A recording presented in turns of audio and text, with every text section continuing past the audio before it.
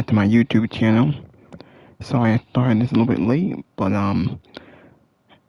might will do this. Welcome back to my live stream, my YouTube channel. This is Jacob Cast 2024. Gonna do Smackdown review. We're gonna talk about the message, the news and rumor. We're talking about the show tonight. Smackdown was in Germany. It was actually pre-taped because it was on earlier. And the show pre-taped tonight.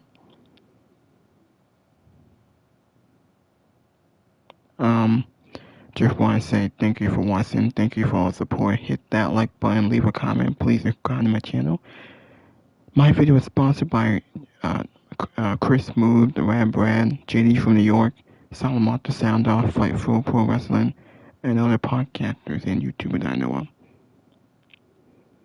Now, my live stream will be like an hour and 5 minutes.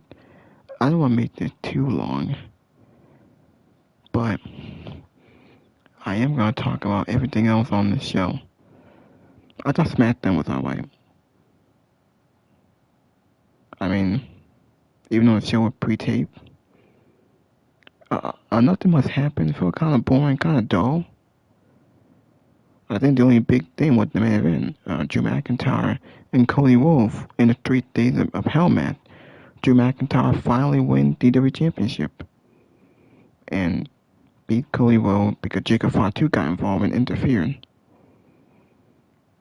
Now, we did get a lot of call-up. Trick Williams, he made his debut tonight on SmackDown. Jordan Grace, he's on SmackDown. Matt Cardona, he's on SmackDown. Now, the show opened up with Cody Rhodes and, Randy Orton and Trick Williams. I think Trick Williams is a heel, because Orton's the babyface. They changed word, they went at it for a bit, and after I got done talking, then the Miz comes out and attacked Randy Orton, and he got RKO'd. Trick Williams and Randy Orton face to face.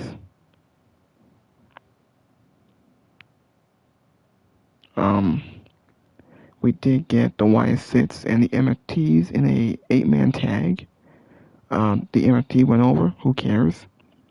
They beat the Y6. We got Trick Williams versus Ray Phoenix, a very good match.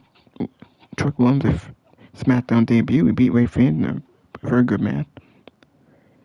We had a backstage segment with Jordan Grace, official SmackDown debut. She was back there when they got this. And then we had Julia versus Alexa Bliss. And then match was fine until Nia Jax and Last Legend got involved and called the match in a DQ. We also had a backstage segment with Johnny Gargano attacking Nathan Frazer. He actually wore Axiom's mask and went after Nathan Frazer. I didn't see Ciampa, I just saw Gargano and Candice LeRae here. Now we did get a segment after we had a confrontation with Jordan Grace and Jade Cargill. We haven't seen Tiffany Stratton on TV. She's probably taking some time off. But we see Jordan Grace and Jade Cargill because Jade Cargill had no opponents. They don't know what to do with the title reign. She hasn't done shit with it. And they're trying to give her any babyface, whether it's Meat Chin, now it's Jordan Grace. Man, they really need more star power, and they really need Bianca Belair. Now we had the open challenge with Carmelo Hayes defending the U.S. title against Nakamura in a very good match. It was a great match. Hayes got the victory. And then the main event with the 3 days of hell with Cody Rhodes and Drew McIntyre. The first 5 minutes, McIntyre won with a Claymore kick. And then we had the Fall Count Anywhere, I think Cody Rhodes won. That was very good. And then the last one was the Steel Cage match, where Jacob Fatu came out dressed in all black. He went after Drew McIntyre, then he went after Cody Rhodes. And Cody Rhodes, like an idiot, went after Jacob Fatu. And that allowed Drew McIntyre to crawl out of the door of the cage and win the WWE Championship. I'm glad to see Fatu back. I think Fatu will be in the main event scene. We could see Cody in the Rumble.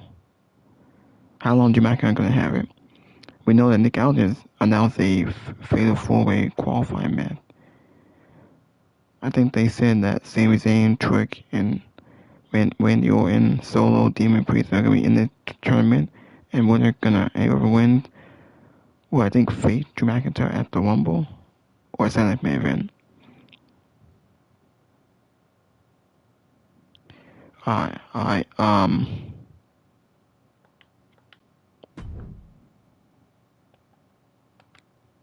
now Trick Williams won that match. Won that match in a DQ. Carmelo Hayes retained. The MFTs won. Drew McIntyre finally, he's a 4-time world champion.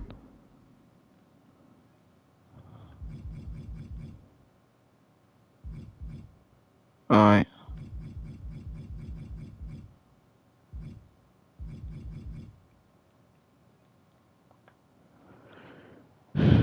Okay. Now let me show y'all some of the podcasters here. What if every purchase was an investment in your business? With a Capital One business card, you'll earn Deegan's neck, and he had to have neck fusion surgery, which only happened yesterday. So he's got a long, long road to recovery, and very frustrating. Like you've had. That makes sense. Roxanne's also a good babyface. She's a great heel, though. At least she could make it work.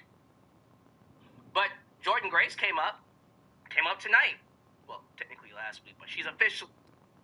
I'm gonna show y'all the Joe Corner show. Champion, but boxed a lot.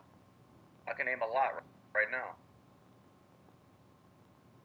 Shawn Michaels, Triple H, Stone Cold. Not all those guys had perfect matches. Okay. Every fucking time. Yeah.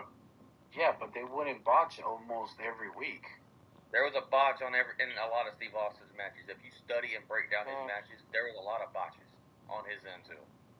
Rock too. Hold on. There's TNA, the world champion contract signed for AMC debut. Okay.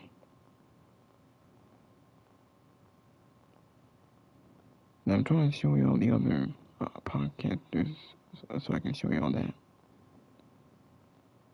So they're 4 qualifying matches for a fatal 4-way. I think on Saturday main event. And then the one that faced Drew McIntyre at the Royal Rumble. Well, it's not gonna be Cody Rhodes. I'm not sure who it's gonna be.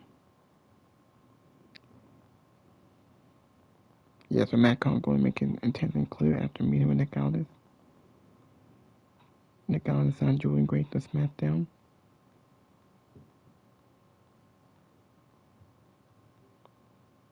Hold on.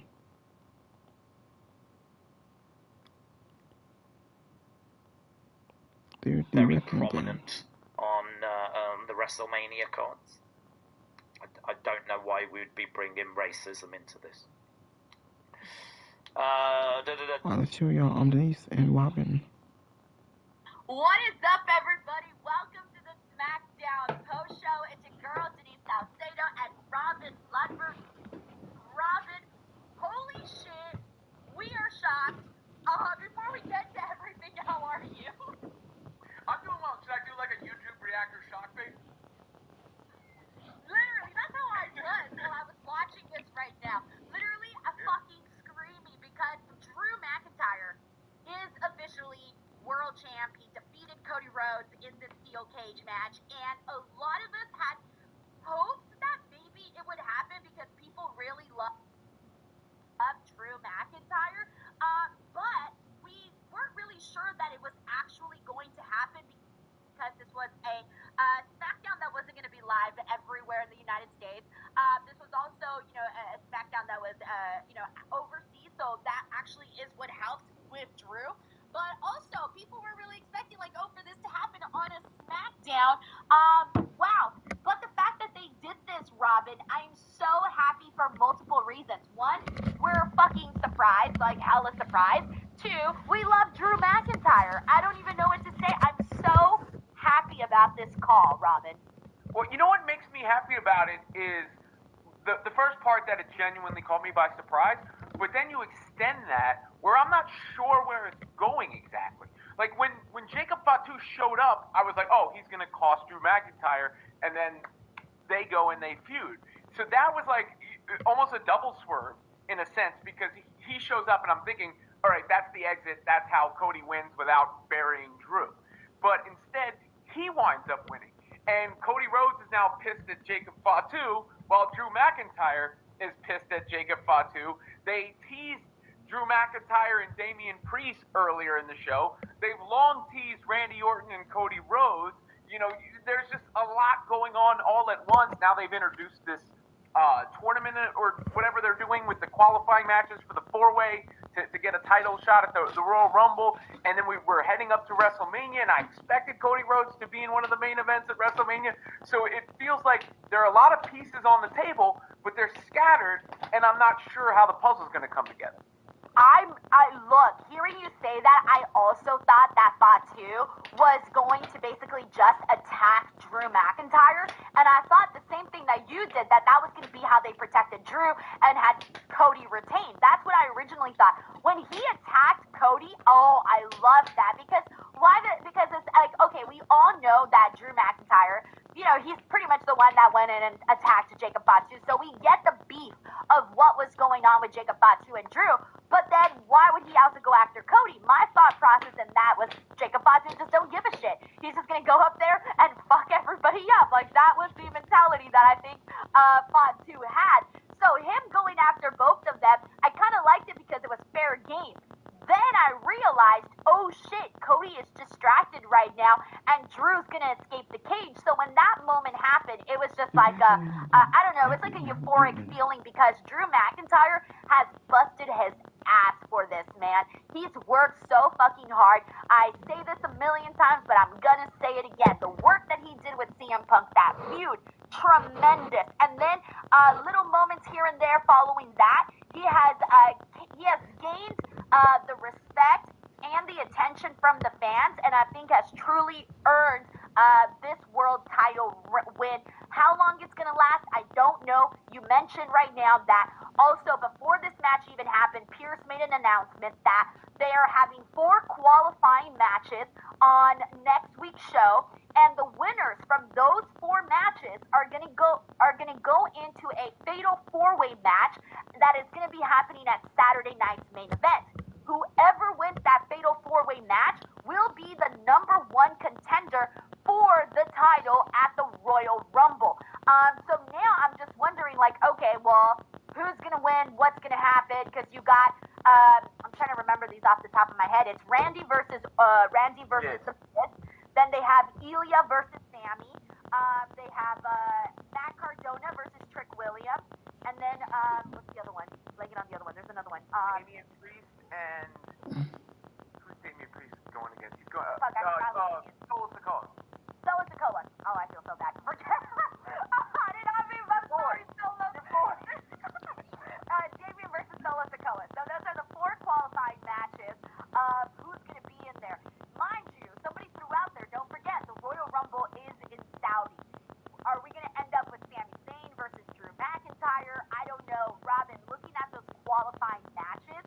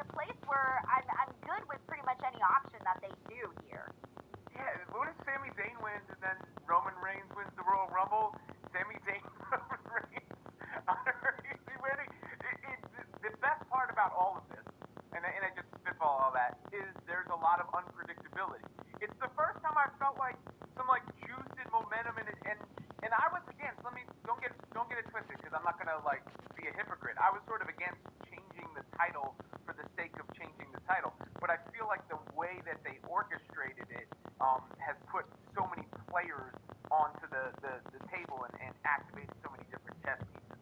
You want to know why I'm happy right now? Aside from being a Drew McIntyre fan, I'm happy because for once, WWE did something that genuinely surprised me. And like, it's been a long time.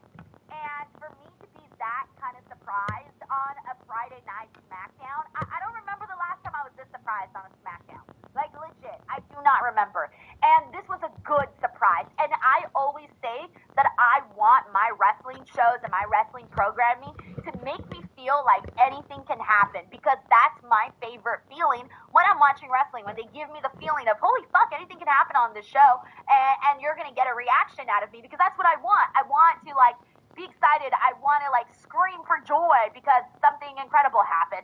And that's kind of how I feel right now coming off of this match. And now, of course, that, like, Cody's going to want revenge on Jacob Fatu. He didn't get a chance to fairly defeat, Drew McIntyre in a clean finish.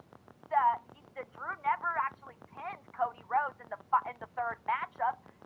So, like, there's a lot here that now is open-ended, I feel. Like, there's a lot of things that they're going to have to, there's a lot of scores that need to be settled. Does Cody Rhodes have the title back by WrestleMania? Possibly. Possibly. Possibly. Yes or no? I don't know my answer. Okay, you know what? I'm going to say, just for the sake of shit, I'm going to say no. I'm going to say no. Even, I'm not that confident, though, Robin. I'm not that confident. I just want to give you an answer. Yeah. What about you? What do you think? I would say yes. I still think it's going to be Roman Cody 3 at WrestleMania by hook or by crook, but I'm definitely not close. What if it's Cody CM Punk for CM Punk's World Heavyweight Championship? So then Cody's winning the Rumble or Elimination Chamber? Maybe. Cody can't win the. I don't want Cody winning the Rumble. I mean, he didn't just win it, but didn't he? Did he win 2 years in a row? Prior to last year? Yeah. I don't want Cody to win the Rumble, but he could win the Elimination Chamber. That's the thing. There's so many different like scenarios in place. Do you see Drew McIntyre headlining WrestleMania? He can. I don't know. I think it depends on the reactions that he gets moving forward. I think the next couple of weeks are going to determine whether or not they're going to put Drew McIntyre in the main event, because you got so many people that are going to be in the people that you're going to think about who should be having a WrestleMania main event. You're going to think Roman Reigns, you're going to think Cody, you're going to think CM Punk. Those are like the big WrestleMania names. Maybe Gunther. Drew Gunther in there, I guess. Yeah. I feel like the way that it's still, they're going to get us to Drew McIntyre, Jacob Fatu somehow. Yes. And to me, the way that makes sense is probably with Cody with the title back. What if we get to a point where by the time we get to WrestleMania, it's Drew McIntyre versus Cody? Again? I mean, I don't know. Because Cody never actually, because Drew never actually pinned Cody to actually take the title. Yeah. Except the first fall. No. I feel that. Boy, I don't know. I don't see that as a WrestleMania match at this point either. I don't know. Maybe that one was really good today though. That was a really good match. On top of, there was a lot of great spots in that match. I mean, the Cody cutter from the cage. Cody took some high flying risks out in the arena and everything like that. Wow. It is. You gotta screen grab the faces from before, because that is how I'm feeling right now. Oh, trust me. By the way, oh my God. So, during the watch along, Uncle Donk, damn, bro, he had said, and Let's Go, who says, I just screamed at the school. I'm so happy for Drew. Wow, holy shit. See, this is one where I feel like the fans actually feel like they got what they wanted or what they'd had hoped for. That's the feeling in the air. Yeah, it is validation, too, for Drew McIntyre. Is the right guy. I hope so. I really, really hope so. So I'm rooting rooting for him, man. I love Drew, so I'm very happy right now. Thank you, Dan. We got Crystal Dex that says, you called the foreshadowing when Sammy said Cody. Okay, that was one thing that I did mention during the show. When Sami Zayn was asked who he thought was going to win, I had said, when he said Cody, I'm like, yo, usually whoever they say in an interview, it's always cocky the way he was last week with Sami Zayn. But this time to Randy, what did you make of what you saw here? I feel like they are telling us as directly as possible without saying it, right? That Trick Williams is viewed as a main event guy, like almost off the bat. Like they're introducing him at that sort of level because last week he comes out and confronts Sami Zayn, catches you a little surprised. Why is this? But Sami Zayn is not a bit player. He's a video feed until after Smackdown for the U.S. audience. Jordan Grace has the physical presence immediately, and it's enough. Because I know Jordan's a badass. And I actually kind of hope that Jordan, eventually down the line, once we give Julia a little bit of time with the U.S. Championship, I kind of want Jordan and Julia to run back their match that they had at NXT on SmackDown and maybe have Jordan defeat Julia for that U.S. title. I don't know, in like a month or two. Who knows?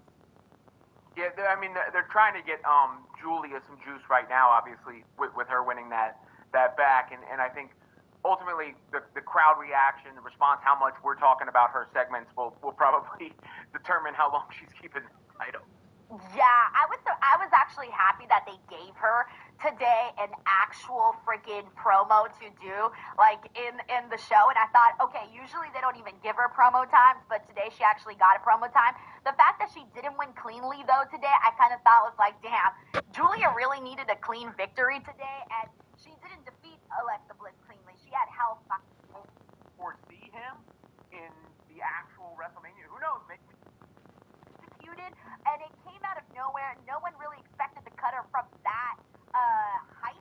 And to me, it was just like, okay, Cody continues to prove that he is really good when it comes to these types of matches because he knows he has to match the moment, match the energy of whatever it is that's being going on there. So, how did you feel about like the three falls that we saw? We're sharing the same wavelength on the cutter because I thought the same exact thing.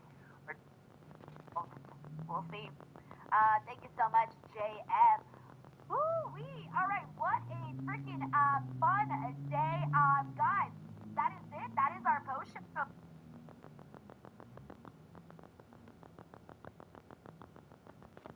Alright, gonna show y'all another podcast. We're talking the pizza. Treat yourself. The extravaganza. Treat yourself. Even the Pacific. Very frustrating. Like you've had 7 months that, Nathan Frazier with the mask axiom. And the supposed axiom just drills Nathan Frazier, and it's Johnny Gargano under the mask.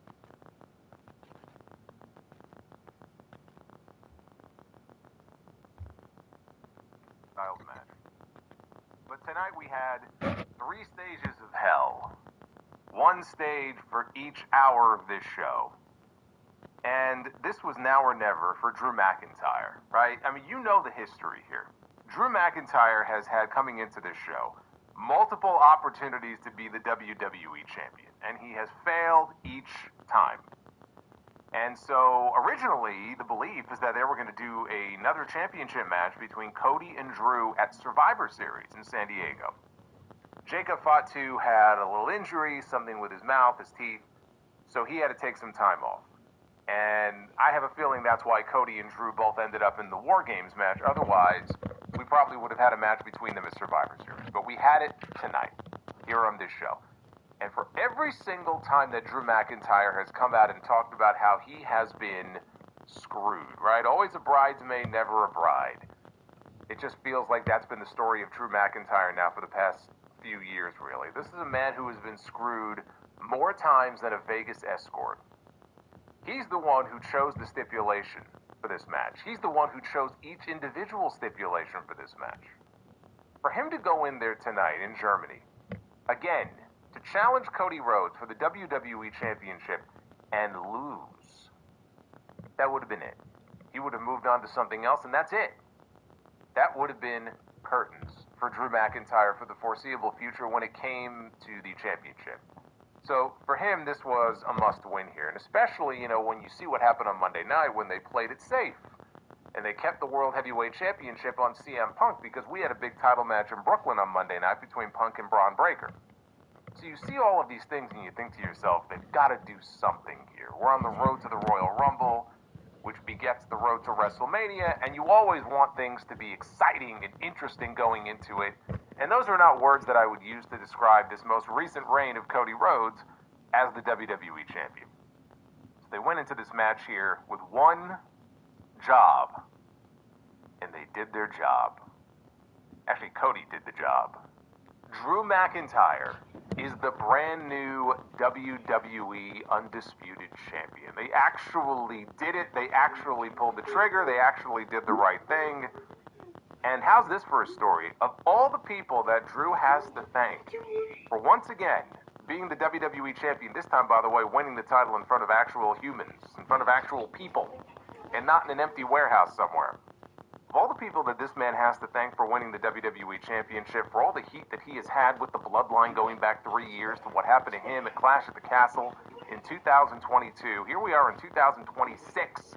He finally wins the championship, and he wins it largely because of a member of that very Bloodline. Whether it was intentional or not, it doesn't matter. Another member of the Bloodline gets involved in his business, and he has Jacob Fatu to thank for being the WWE Champion, and basically handed him the championship. I'll tell you what, though, they have a show. I think it's a live event, but they have a show coming up tomorrow in Glasgow, which happens to be where Drew McIntyre is from. That's going to be one hell of a homecoming for him, walking in there as the WWE Champion. The match itself, talking about this 3 stages of hell match, because we've only had, this I believe is the 6th one that we've had ever in WWE history. So we haven't had too many of them. It's not a stipulation that has been, abused. And yes, I know he won the World Heavyweight Championship at WrestleMania 40, which, by the way, he held for 5 minutes. I'm talking about the WWE Championship. This is the title that he beat Brock Lesnar for in that empty warehouse at WrestleMania 36. That's the title I'm talking about. That's the title that he got screwed out of when he wrestled Roman Reigns at Clash at the Castle. So, just so you know, I'm referring to that championship, but you are correct. He did briefly win the World Heavyweight title in Philadelphia, and that didn't last very long. It is kind of funny, though, when you think about it. The 2 world champions right now in this company at the same time are Drew McIntyre and CM Punk. It's a good thing we don't have, what would it be, Crown Jewel coming up anytime soon. We'd have champion against champion. We'd get another match between those 2. The match itself, I like the fact that they made this a 3 stages of hell just because it's not a stipulation we get to see very often, right? It feels kind of fresh. But the match itself, it was very good, okay? I don't want to get carried away like I know some people are going to, right? I haven't dove into the opinions of everybody else yet, but I'm sure there's going to be a lot of people who are going to be glazing this match because of the outcome, because they're very happy that Drew won the WWE title, which is understandable, and I think you're going to see probably a lot of that reflected in the poll results when I flash those a little bit later on here in the stream. So I don't want to sit here and say that this was, a 10 out of 10 unbelievable match, because it really wasn't. In fact, I look at it, it's very good, but to me, this 3 stages of hell, it was very emblematic of how WWE does these types of matches. So we knew coming in that it was going to open up as a regular match, right? Just a straight wrestling match. And as is the case when we have these 2 out of 3 falls, best 2 out of 3 falls types of matches in this company, first fall was over within 3 or 4 minutes. They had a straight wrestling match, which we've seen them have before, and they've had 10, 15, 20-minute straight wrestling matches before. But in this case, they had a straight wrestling match that was over. It didn't even last 5 minutes. And Drew got that visual pin in the opening fall over Cody Rhodes. It was a complete throwaway first stage of hell in this match. So then you move on to round number 2, right? The second stage of hell, which was a Falls Count Anywhere match, which is one of my favorite stipulations that almost never, ever gets fully kind of taken advantage of. And that's my biggest beef when WWE does them. You have a Falls Count Anywhere match, make use of that stipulation. Go to the back, stay in the back, maybe even venture outside, come back in, go to different parts of the building. They never do that. And so tonight it was more of the same, where like they go into the crowd and then they briefly go into the backstage area, and then they're immediately back out, you know, in front of all the fans in the arena, and they're back there for maybe, what, a minute? Like, they never take full advantage to really have fun when it comes to the Falls Count Anywhere stuff. And so that's kind of more of the same that we got with that here tonight. And so it comes down to the cage. And that is where they spent most of their time. They spent most of their time inside the steel cage. But they did the right thing. And when it was over, Drew McIntyre was the WWE champion. That one move that they made here on this show shakes things up in a way that I think was desperately needed here as we head into WrestleMania season, because it just makes the Royal Rumble now in a few weeks a hell of a lot more interesting. Because I think a lot of people had in their mind a sense of, okay, where this is going to go, Drew's probably going to get screwed again, and Cody's going to wrestle this guy or that guy at the Rumble, and right, everyone kind of had this image in their head of how things were going to play out. And here tonight, with the outcome of this match, it really throws a wrench into all of that. Now, we don't know how long Drew's going to be the champion for. I have a sense of it, but it doesn't matter. Like, him winning the title all of a sudden shakes things up in a way that makes things a lot more interesting. And that's not a bad thing. That's a good thing. As we head into the Rumble here in a few weeks, and of course, we head into WrestleMania, do I expect Drew McIntyre to walk into WrestleMania as the WWE champion? No. No, I do not. I'm not saying it can happen, but I'm saying it's not something that I expect to happen here. But it doesn't matter. It doesn't matter whether he does or whether he doesn't. It's not really the issue. Sometimes you just have to throw a wrench into things and break up the monotony a little bit. There is a feeling of sameness. There is a feeling of playing things safe so often here in this company. And when it comes to their champions, and they all have these long title reigns, and they love talking about how many days they've been champion for, and it's like, who cares? We have Roman Reigns as the WWE champion for 1,300 days, okay? No one's topping that anytime soon. We've been to the peak of the mountain when it comes to that sort of thing. It's okay to do a title change on TV. Now, it's kind of funny that we actually got a WWE title change, and it was on a show that isn't even airing live here in the United States. Like, almost everybody already knew the outcome of the match before they even went live on USA Network, which, by the way, happened 60 seconds ago. As I am speaking, Smackdown just went on the air on USA Network. And so this is the show. And it has to be the first time the WWE title has ever changed hands in Germany. It might actually, now that I think about it, I'm trying to think, if this is the second or third time, it might only be the second time. I could be wrong about that, but maybe only the second time in WWE history that championship has changed hands outside of North America. I believe the first time was when AJ beat Jinder Mahal several years ago before, it was like the week before, Survivor Series in the UK to win the belt. And I know the Universal title changed hands in Saudi Arabia. I'm trying to think, though, if the WWE Championship changed hands anywhere else. And again, maybe it did, but it's very rare that this title will change hands outside of North America. So that also, makes what happened here on this show kind of a rarity. But the reason that we have a new WWE champion right now is because of Jacob Fatu. Now, I speculated that this is where we would see his return. I've been mentioning Fatu's name now for a couple of weeks, and I said that because I just had no faith that WWE was going to do the right thing here, and I give them credit for doing so. But I figured, well, Cody will retain, and it'll be because Jacob Fatu shows up in that third fall in the cage, and he cost Drew the title because it'll be revealed that at least he believes that Drew is the one who attacked him and put him out of action a few months ago. Because we've been waiting for Fatu to come back. Right? We keep hearing like he's healthy now, and they're just waiting creatively to bring him back. So this just felt like the right place to do it. The way they did it here, though, creates even more questions. Because did he attack Drew McIntyre with the idea that he knows or he believes that Drew is the one who attacked him?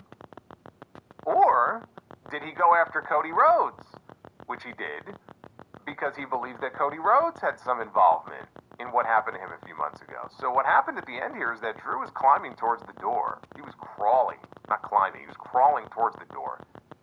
And we have this mystery man in black who shows up. Now, what is it, by the way, about WWE and all of these mystery men? We just had it with War Games a few months ago.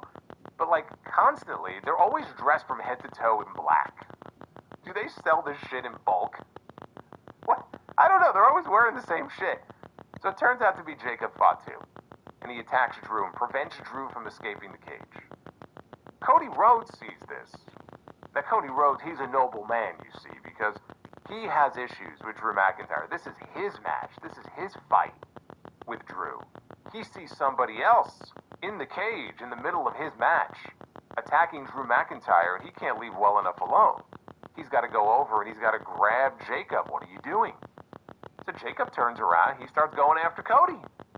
Now, was he attacking Cody because Cody put his hands on him, or was he attacking Cody because he thinks in his head, hey, maybe Cody is the one who put me out of action? I don't know. And so they fought off to the opposite side of the ring. That allowed Drew then to, like a little sneaky bastard that he is, to crawl out of the cage. That's how the WWE Championship changes hands here. Escaping the cage. Jesse Ventura would be very disappointed. If he was on commentary, he would be reading them the riot act right now.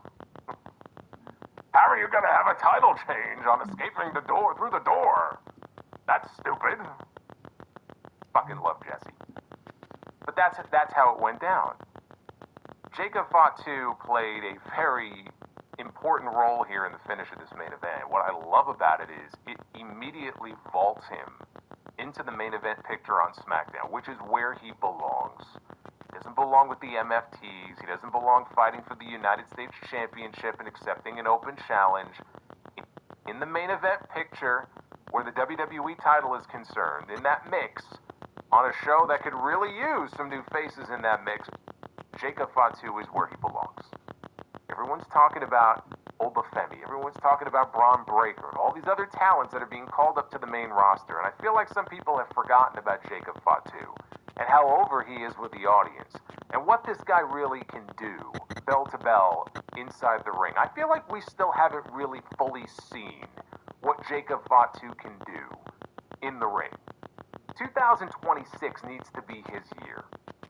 He deserves to be in that same conversation. He needs to be in that mix. Automatically, based on what we just saw here, he's in that mix. He's in that mix with Cody. He's in that mix with Drew. Anybody else, Randy Orton, anybody who might be fighting for that championship, that's where he belongs. So I was very happy to see that. But the question now is, like, what does this mean in terms of, like, who done it? What does this mean now in terms of who attacked Jacob Fatu? Maybe they're going to milk this for a while. Maybe they're going to milk it and they have some other name in mind that we're not even thinking about. Drew McIntyre would be the low-hanging fruit. That would be the easy response, right? Oh, yeah, it was Drew, even though Drew has denied it time after time after time. Is it Cody Rhodes? When I floated that as a possibility a couple of months ago, I did so with an eye towards a possible Cody heel turn this year. And I actually think that there's a very good chance we'll get it this year. I don't know when. I don't know. Maybe they won't do it. Maybe they'll get cold feet. The way Vince always got cold feet when it came to John Cena, even when Cena thought he was going heel. But I think after tonight, the building blocks are certainly there if they wanted to pursue a Cody heel turn come WrestleMania time, or sometime maybe closer to the summertime, maybe. I don't know. It's certainly a lot more likely this year than it was last year, when there were people who were crowing about there were people crowing in 2024 about Cody turning heel, which would have been ridiculous.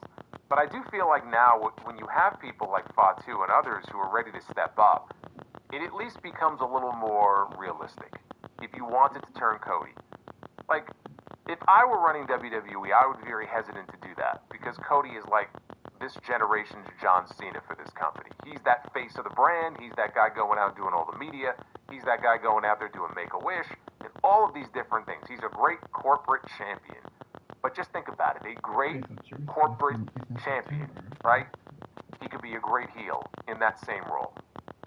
And if I were running WWE, I would be a lot more open to a really great creative idea if somebody pitched one, if it meant turning Cody, just because I do feel like now they have other people who could step up. So is that the way things are going to, turn out over We're going to end up finding out in the end that Cody had something to do with what happened to Fatu. I don't know, but I'm certainly not against the idea. I'll tell you what it does mean, though, in the short term. It means that Cody Rhodes is going to be in the Royal Rumble match. We already know that Cody is not going to get a rematch at the Royal Rumble. I'll get into that in a second. Cody Rhodes is going to be in the Royal Rumble match. Jacob Fatu is going to be in the Royal Rumble match. So they can settle their squabbles in there. I think it makes it very likely that whoever wins the Royal Rumble will come from the Raw brand or will be a free agent, if you kind of see where I'm going with this. I think it makes it very likely that Drew McIntyre is going to be defending the WWE Championship inside the Elimination Chamber this year. And I think it's also very likely that is where Cody Rhodes is going to win back the WWE Championship. I do not believe that Drew McIntyre is going to Las Vegas as the champion. So to me, the latest that I could see him with that title is the Elimination Chamber, which is at the very end of next month. They're going to be in Chicago. That's why I mentioned the winner of the Rumble either being a free agent and going after the other belt or just coming from the Raw brand, just because I think Drew's going to put that belt on the line inside the chamber to figure out, okay, who's going to be the champion going into WrestleMania. So I think that makes it a lot more likely in that regard. I think there's a very good chance we will still end up with Cody Rhodes against Roman Reigns at WrestleMania. And I just cannot see that being an undercard match with nothing on the line. If we are going to get Cody and Roman, and if the belief is that they really want to do that third match this year, maybe not even at Mania, but a third match, a rubber match between Cody and Roman is on the table. And I'm not trying to manifest this, okay? I'm not trying to make this a reality. Because if it were up to me, I would do almost anything else but Cody and Roman. But I just feel like they're going to want to do Cody and Roman again. And if they do it, this ain't Austin Rock 3 at WrestleMania 19, where they had an undercard match with nothing on the line. They had an undercard match with nothing on the line because Austin was retiring. Because nobody knew that. It's just hard for me to envision them doing that match without the title on the line. So I feel like all roads, no pun intended, all roads probably still lead to that match. That's probably still the likeliest path to Las Vegas. Things that happen, believe it or not. Let's talk about it. This is your Friday Night Smackdown review for January 9th, 2026. I am the Solomonster. Thank you very much for joining me a little bit earlier than usual here on the channel, but that's okay. Again, we're going to have some earlier streams in the next couple of weeks with the European tour going on. Using my trusty ExpressVPN, I had no issues. I had no streaming issues. I had no buffering issues. I connected to my Canadian server, and I was able to watch SmackDown in full from 2 p.m. to 5 p.m. It was very nice. Got a little code for you down in the description if you are still VPN-less. I don't know why you would be. I've only been telling you about it for over a year now. They go on these European tours every few months. It's like a godsend to be able to watch these shows early. We are getting very close. About 100, actually less than 150 subscribers away, maybe 120, from 90,000 here on the channel. So we're going to hit it pretty early this year. Thank you very much for that. So please go ahead and like and subscribe. Super chats are open, and so you see them popping up on your screen here. And as these messages come on in, I will be reading them a little bit later on here in the stream. Let me bring up the chat here. The chat disappeared on me. So while I do that, I did want to mention one thing about the live crowd. These international crowds, they do tend to be very, very lively and very active and very energetic. This was not like a UK crowd where they have all these songs that they sing and all that kind of stuff. And again, maybe it was different for the people who were there live in the building. I was actually a little surprised, honestly, by how tame the crowd in Berlin sounded. At least that's how it came across on TV. They were very quiet. Orton dropped him with an RKO, like any other scrub. He gave him the draping DDT, but it would have been very easy for them to just have him drop him with his move, and they spared him. They didn't do that, so I like that. But we did have Rey Fenix against Trick Williams. This was Trick's in-ring debut. here on SmackDown. Phoenix was a good first opponent for him. I mean, look, I could sit here and talk about how WWE has completely dropped the ball with Rey Fenix. They have wasted him. He's an incredible performer. Very dynamic, very fun to watch. And these last several months, if we're being honest, have been a complete fucking waste of Rey Fenix. And I could sit here and tell you that Penta doesn't really need Phoenix, but Phoenix needs Penta. And the quicker we get the Lucha Brothers together here in WWE, the better off Rey Fenix is going to be. Because while they may have an interest in pushing Penta on Mondays, I don't get the same sense from them when it comes to Phoenix on Fridays. He's too good to just be wasting away doing nothing. Or just doing jobs for whoever the new person is that they actually want to push. That is not the way that you use Rey Fenix. So tonight, great first opponent for Trick. But as we head into this new year, you're going to have to do better when it comes to Rey Fenix. You're going to have to do better. Because if this just continues on for months and months, where he's either not on the show, or now that it's 3 hours, maybe we'll see him a little more often, but he's going to be on job duty to put other people over, he would have been better off staying under contract with Tony Khan and not even leaving AEW. He would have been better off staying there. So that's the one thing that does kind of irk me here, is the usage or lack thereof of Rey Fenix here on this show. There's no reason for it. But he did make for a good first opponent here, and they got some good near falls. This is their way of establishing. It was gifted a couple years ago, but anyway, at the end, and then she got pushed off the top rope. Ooh, big win for Julia. They've been doing a fucking job on TV. Better than losing, I guess, but I don't know. I don't really consider it too much of a real win here. And again, the crowd still is just not invested in, even international crowds are just not invested in what this woman is doing. Now, if they're going to do a PLE, respective group leaders, Solo went for the Samoan Spike. Howdy, though, countered with a Uranagi. So he goes for Sister Abigail, but Solo broke free, and he got a tag to Tama Tonga. So then Tama takes a Uranagi as JC Mateo tries to get involved. He takes one too. But before Howdy could do anything else, he's distracted by something outside the ring. And what he is distracted by is the sight of Solo Sikoa in the aisle holding up the lantern. This distracts Uncle Howdy long enough for Tama Tonga to hit his hidden the cutthroat, I'm sorry. Is that what he calls it? He hits the cutthroat, and he pins Uncle Howdy. Yes, Uncle Howdy is doing jobs here. But then again, so did Bray Wyatt. It's not, let's be honest here, it's not like they did a whole lot to protect the mystique of Bray Wyatt either. Or the fucking Fiend, for that matter. So, why should Bo Dallas be any different? Uncle Howdy takes the pin. I'm pretty bored by all the MFT's Wyatt stuff anyway. If you were to tell me that you're actually excited by this, you're lying. Well, I'm sorry. I don't believe you. I think you're lying through your teeth. What is exciting about this? It's something for them to do. It's in the middle of the card. It's away from any championship. Well, I can't say that, but it's away from the World Championship at least. So I'm not saying just fire all these guys. Right? You got to put them somewhere. I'm just saying what they're doing with these two groups is not exciting. It's not exciting. It's not interesting. It's not fun. So they go out there and they have these matches, and it's fine, whatever, it's okay. But I'm just okay, can we just kind of wrap this up so we can move on to the next thing here on this show? The story with them is very thin. If there was some sort of story that was actually kind of interesting here, I might feel differently about it. I have nothing personally against any of these people. But there's just nothing. It's just very hollow. And so this is what you end up with, unfortunately. But Tama Tonga getting the win is very interesting because how many times in the last few months have we seen him eyeing the U.S. title? Right? How many times did he bump into Sami Zayn or Ilya Dragunov or whoever the United States champion might be? And he'll look at them or he'll grunt at them, right? Because we know he's been targeting that title. He just hasn't gotten a shot yet.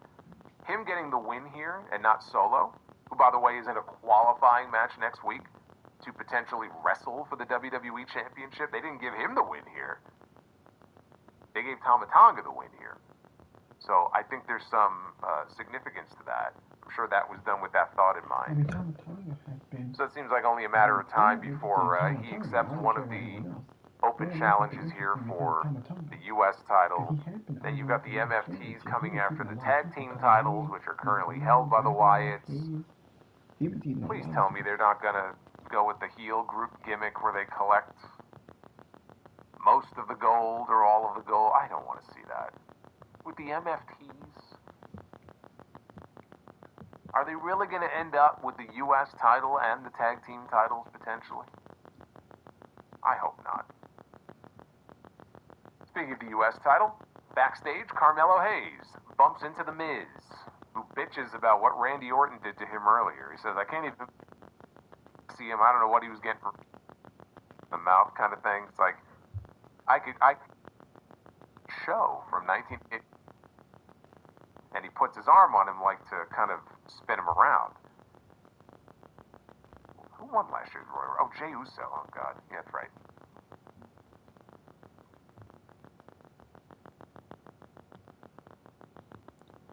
Alright, I'm gonna show y'all JD from New York.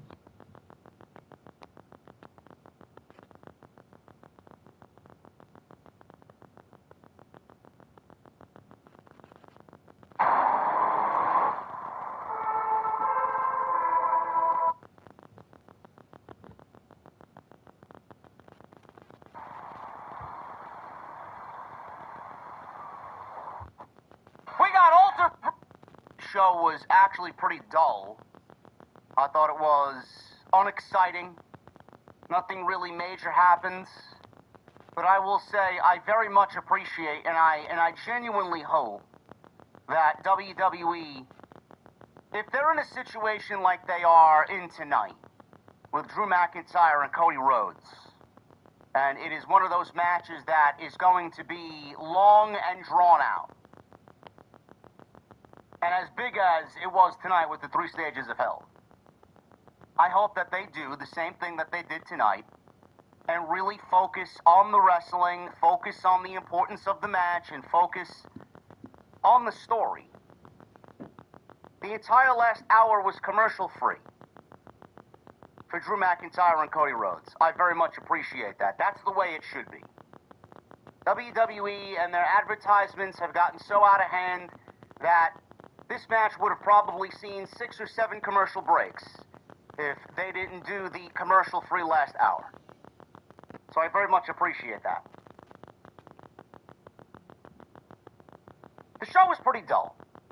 Trick Williams got into it with Randy Orton. They are going to be meeting very, very soon with a WWE Championship opportunity on the line. I'll get into all of that a little bit later. There will be 2 of the 8 participants vying for a fatal 4-way that will take place at Saturday night's main event.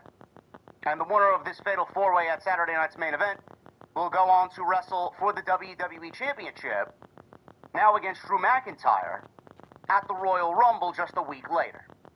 So we'll get into that a little bit later.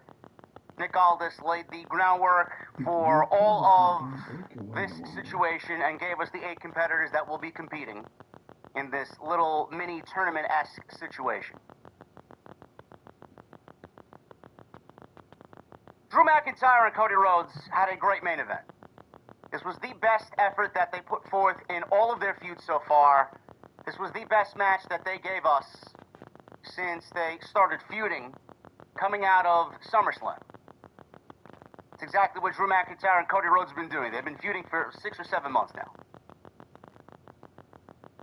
Drew McIntyre laid the groundwork for the 3 stages of hell. It was a regular wrestling match, a falls count anywhere match, and then if it went to a 3rd fall, which we all knew it would be a steel cage match.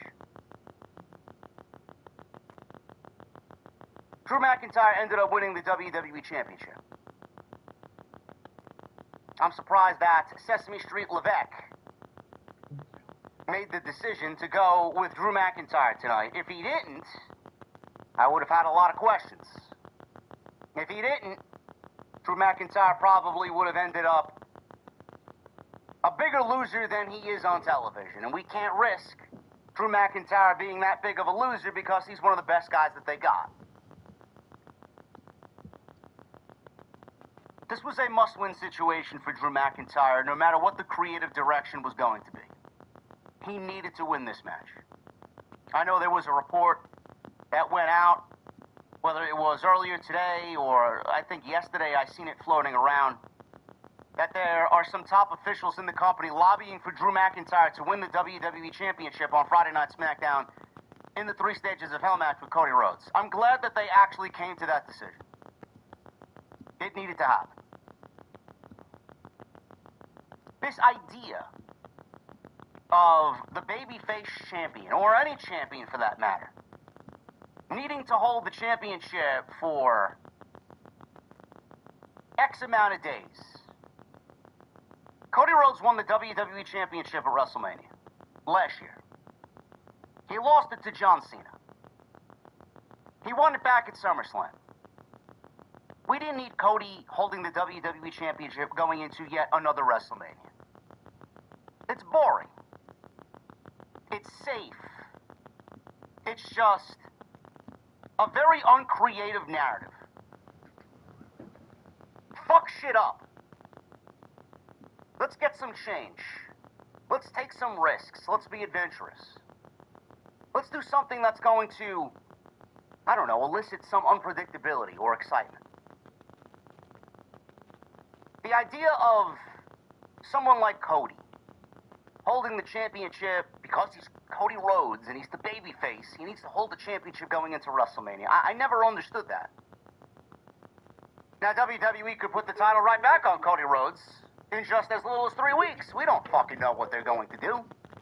For all we know, the way that they've operated, that's probably what is going to happen. I hope not.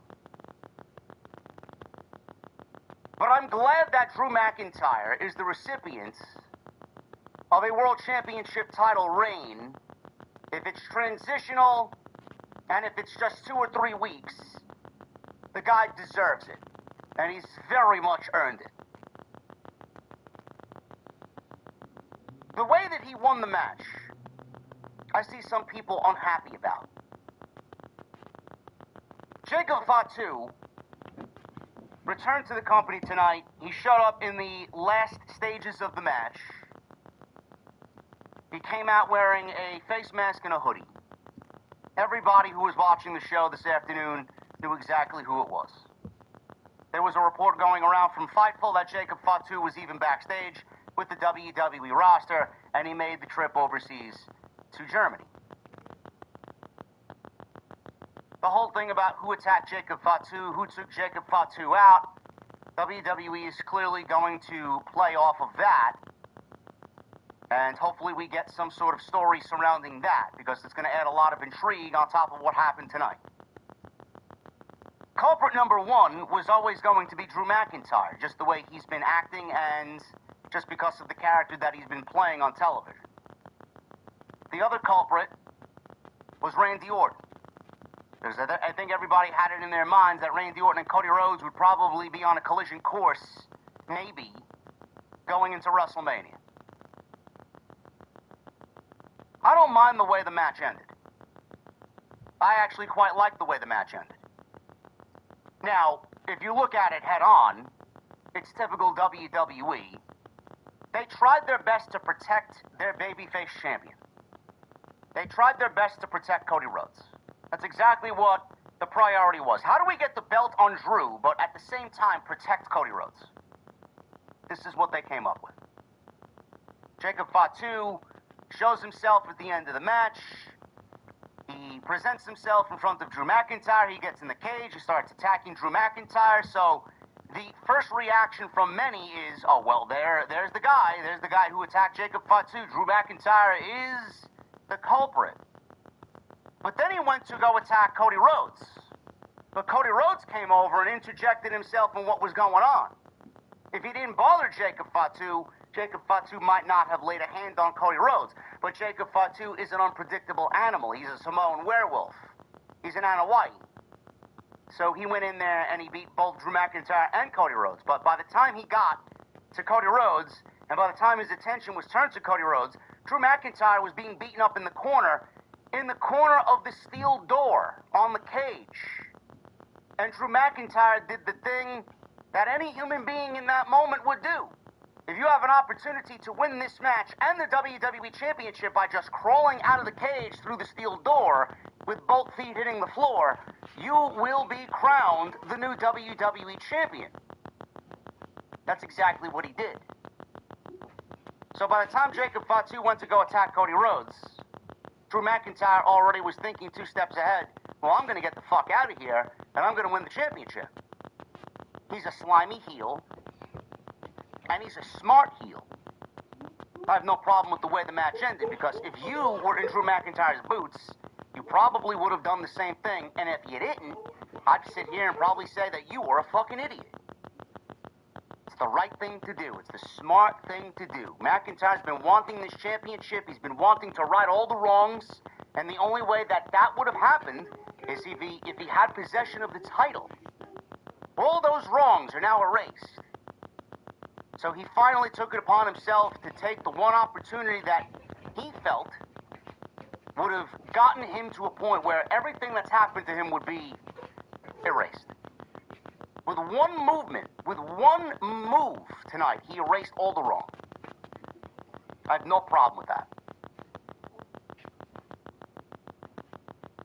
Now, Drew McIntyre sits as WWE Champion, and I see a lot of people already fantasy booking, me included.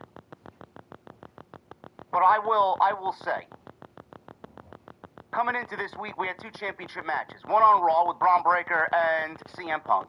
That was for the World's Heavyweight Championship. And then tonight, 3 Stages of Hell. First time on SmackDown in its history, 3 Stages of Hell. Drew McIntyre and Cody Rhodes. WWE was never going to change both of those championships in the same week. As we saw CM Punk retain the World Championship, and Braun Breaker's probably going to enter himself in the Royal Rumble. But if I had to pick one, couldn't have both. Because I know there is a small pocket of people that wanted Braun Breaker to be crowned the new champion. It's not time yet. I want him to be the champion eventually. But I'm not going to lose sleep over Punk winning. But if I had to choose one of the 2, McIntyre was always going to be my choice. It's been a long time coming. This was a much more must-win situation for Drew McIntyre than it was for Braun Breaker. Where do we go now? Like I said, the idea that the babyface needs to hold the championship going into WrestleMania because his name is Cody Rhodes, that is something that a lot of unintelligent people are going to run with. I don't like these long title reigns for the sake of having long title reigns. Something needs to happen. If you're watching the show every single week coming out of SummerSlam, I guarantee you are bored with the main event scene on Friday Night SmackDown. After last week, Cody was the champion, and we've already had, since the first SmackDown of the year, Matt Cardona, Sami Zayn, Drew McIntyre, Randy Orton, The Miz, Damian Priest, all come out and say that they want a shot at the World Heavyweight Championship. So Cody went from nobody but Drew to now 6 or 7 different guys gunning for him at the top. It's the way it should be. It's the way it always should be for the world title. But now Cody's not the world champion. Drew McIntyre is. Nick Aldis, he announced tonight that there will be next week 4 matches. 4 matches taking place on SmackDown next week. Damian Priest versus Solo Sikoa. Matt Cardona versus Trick Williams. Randy Orton versus The Miz. And Sami Zayn versus Ilya Dragunov. The winners of those 4 matches will go into next week, the following week's SmackDown. And they will wrestle, or Saturday night's main event rather. Saturday night's main event. And there will be a fatal 4-way. And the winner of that fatal 4-way at Saturday night's main event will wrestle for the WWE Championship at the Royal Rumble in Saudi Arabia.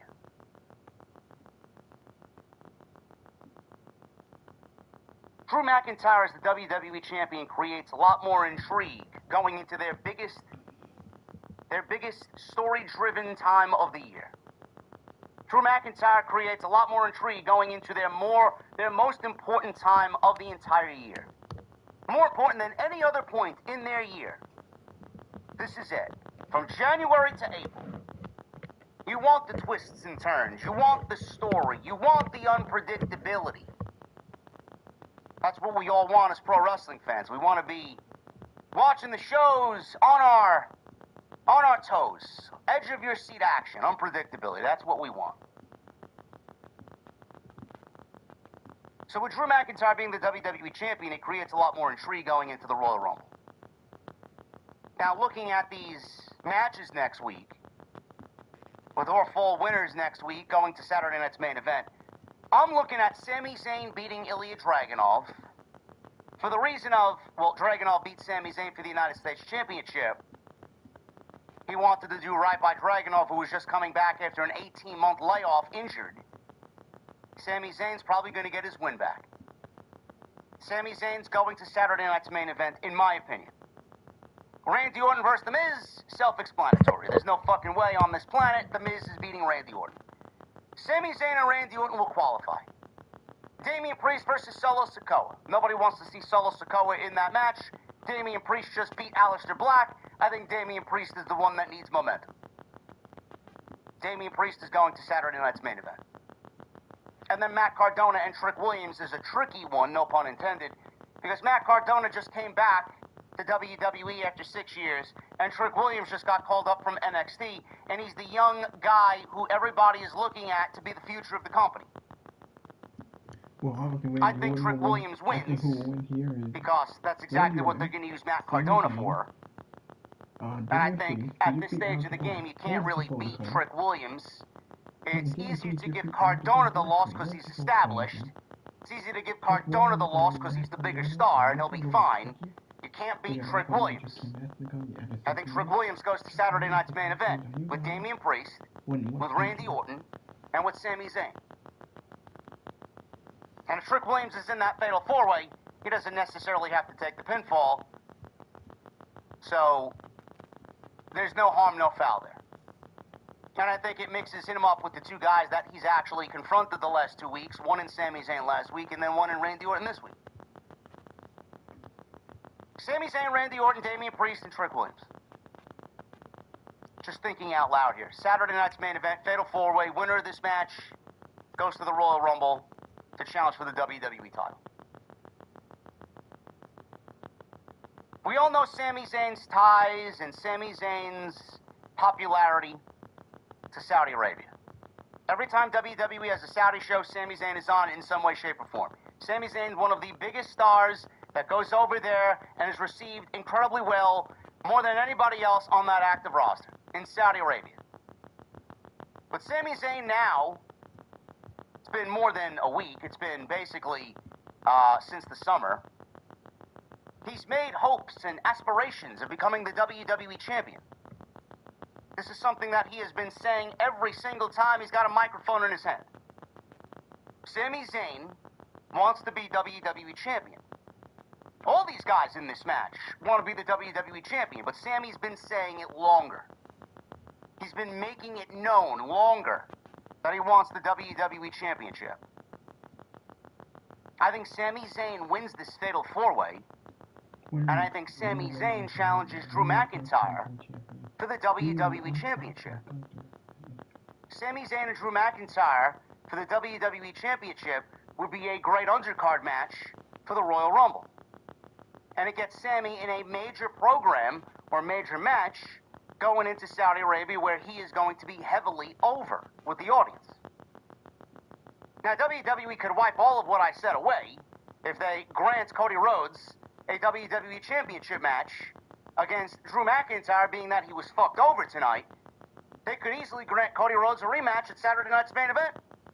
And everything I just mentioned with Sami Zayn and Drew McIntyre could be automatically erased. Gone like a puff of smoke. Everything I'm about to mention could be wiped away if WWE goes and does the one thing that I don't think that they should do, and that is Cody Rhodes and Drew McIntyre in a rematch at Saturday night's main event. I hope that's not the case. So for storyline purposes and for fantasy booking purposes, because the cynic in me wants to see story, Sami Zayn, Drew McIntyre, Royal Rumble for the WWE Championship. the reason why I like this is because a Cody Rhodes, who is not the WWE champion, makes the Royal Rumble that much more prestigious.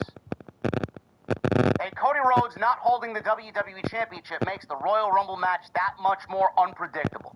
Every single year we talk about the Royal Rumble on this platform. Every time I have a microphone in front of me during this time of the year, the one thing that I always reiterate every single year around Rumble time is the more unpredictable the Royal Rumble, the better the Royal Rumble will be. You have 30 men in that Royal Rumble. There should be at least 10 guys in that Royal Rumble that have a legit shot of standing there at the end, winning the Royal Rumble. You add Cody Rhodes to the mix of talent that's going to be in that Royal Rumble, that makes it that much more unpredictable. I don't know why they would even contemplate doing a rematch with Cody Rhodes and Drew McIntyre just to put the belt back on Cody Rhodes before we get to the Royal Rumble. To do what? To do what? If Cody Rhodes, say Cody Rhodes wins the WWE Championship back and he goes into the Royal Rumble as WWE Champion, who is he going to wrestle? Is he going to wrestle Randy Orton? I think Randy Orton and Cody Rhodes should not come about because Randy Orton won a fucking fatal four-way. That has so much history and so much story. To give us that match based on the premise of Randy Orton winning a fatal four-way would be absolutely creative malpractice. It almost sounds like it feels like that they're avoiding telling the story. Why would anybody want that? The safer play here is Sami Zayn and Drew McIntyre with Sami's ties to Saudi Arabia as a babyface, and it plays off the fact that he's already been crying to everybody that he wants a WWE title. And in this case, it would be against the one guy he's never beaten. One guy he has a lot of history with. It's the safe match. I don't think Ted DiBiase ever wrestled anymore. While the more important match, the Royal Rumble, Ted DiBiase has Cody Rhodes, Roman Reigns, Obafemi, Brock Lesnar, Braun Breaker, Gunther, AJ Styles, and anybody else that you want to put as a major name in there. LA Knight.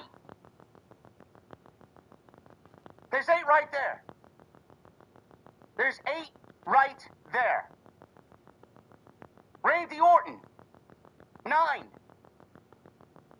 Don't you think Cody Rhodes in the Rumble creates so much more of an unpredictable narrative than if he was in the WWE Championship match? Going into the Rumble, it was either Braun Breaker or Roman Reigns. Now Cody Rhodes fucks all that up. So why would you fuck that up?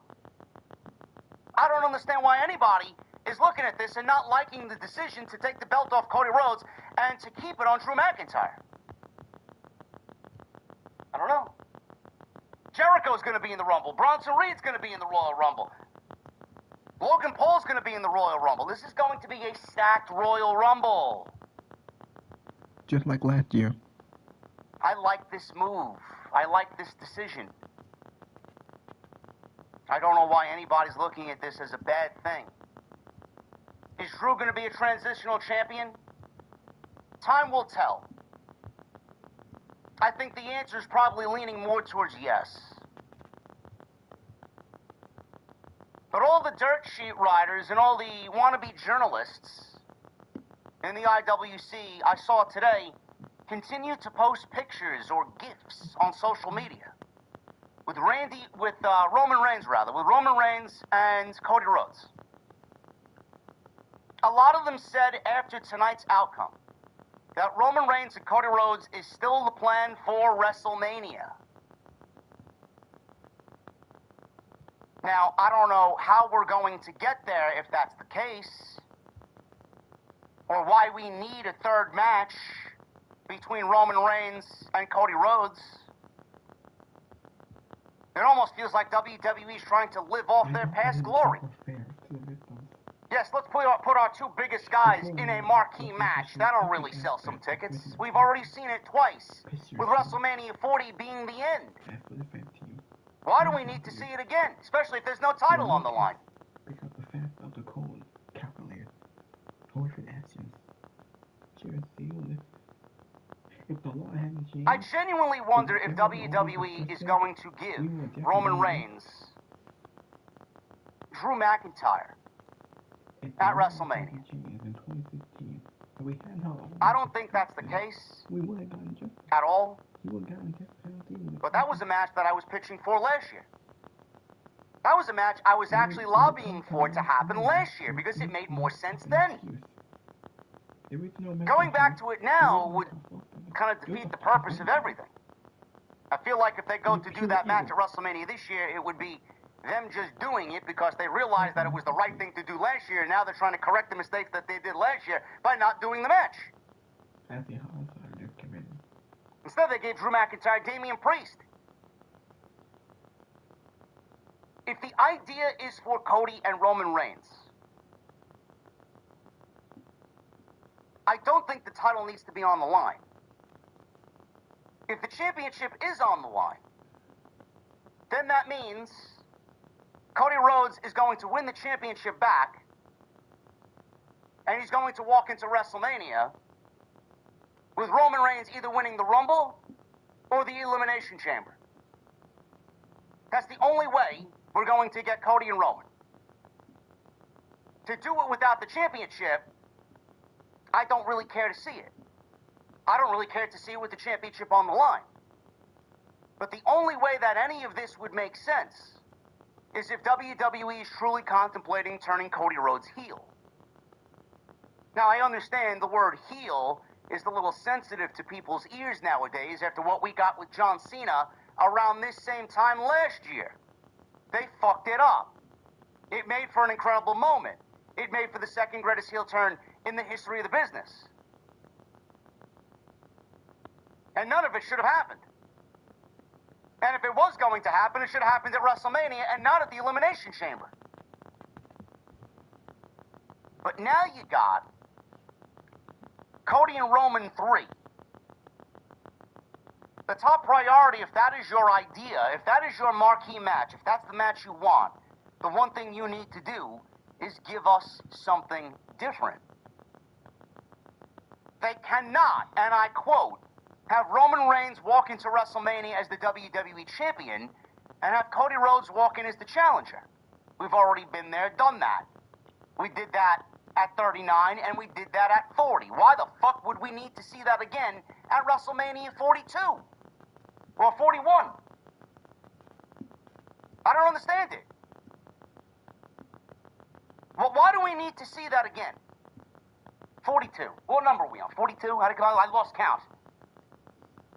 Why do we need to see that again? That would be WWE being lazy.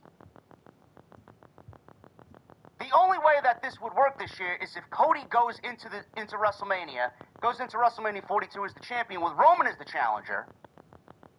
And again, I don't want to mention his name because we all know that he's not going to show up on fucking television. But you know the rumor of Rock and Roman in Saudi at 43 next year. That is going to continue to pick up steam. And I'm sure The Rock is going to have a major money offer to wrestle Roman Reigns at WrestleMania. The only way this works is if you work in The Rock to the story and Cody turns heel. It's the only way it works. A heel Cody versus a babyface Roman. With Roman then battling the final boss whenever they want to decide to do that match. It's the only way it works. Again, the fantasy cynic in me, after watching what transpired tonight, I hope that this is the beginning stages of a Cody Rhodes heel turn. Because Jacob Fatu and Cody Rhodes got into it tonight. And again, I like the ending. I don't know if they are going to tease us with Cody attacking Jacob Fatu in December, or is it Drew McIntyre who attacked Jacob Fatu? So it leaves that one very much open-ended, and it leaves a lot of intrigue with who attacked Jacob Fatu.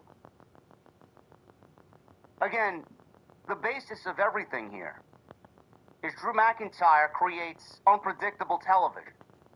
Drew McIntyre gives television a fresh coat of paint.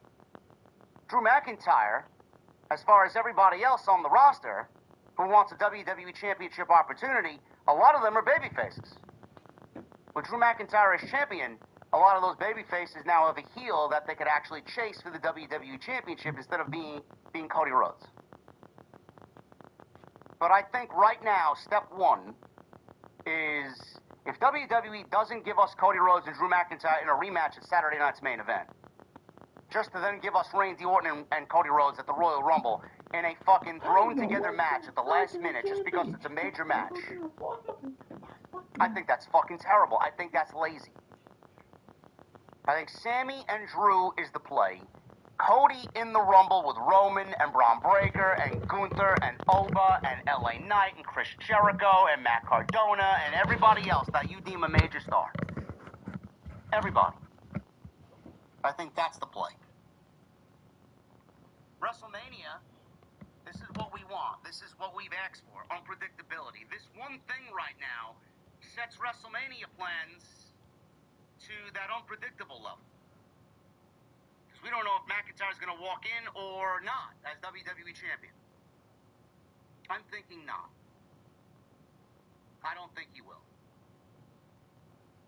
So McIntyre won the WWE Championship tonight. I think that's the right decision. I thought what they produced on television was excellent. It was probably the best match that they've had so far together out of all the series of matches that we got stemming from last year.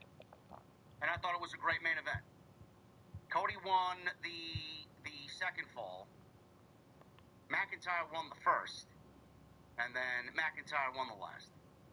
So we'll definitely get into how all that happened. We'll talk about Jordynne Grace making her in-ring debut. We'll talk about Trick Williams and Randy Orton. We'll talk about Carmelo Hayes in the United States Open Challenge.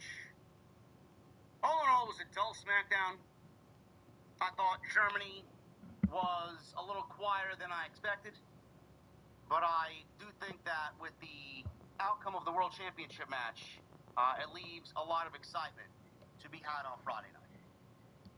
So we'll get into it. Thank you guys very much for joining me here on this, the song showed Phoenix look like an old lady with some wool sweater on with some pearl accents.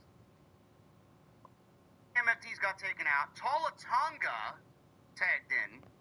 And we got the big meaty men pause in the match. Eric Rowan and Tala Tonga now in the ring. Tala knocked Rowan followed by I guess, his version of the hidden blade. He calls it the cutthroat from Tama Tonga for the 1, 2, 3. Uncle Howdy got pinned by Tama Tonga and his hidden blade. Again, I just find myself caring about both of these factions.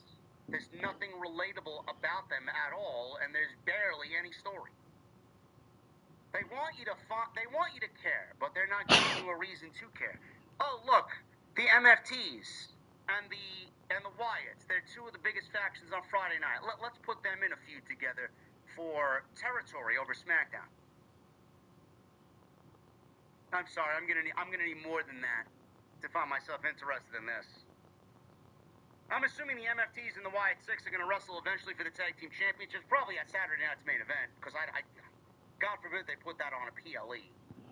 I could see the MFTs winning the tag team titles, and then what? And then what? The Miz. He confronted Carmelo Hayes and bragged about how he would become a Grand Slam champion once again. And it'll be a hop, skip. Now, what's up, JD? As I lose you here. I'm going to end the video. Thank you for watching. Thank you for all the support. Hit that like button. Until next time, I'll see y'all later.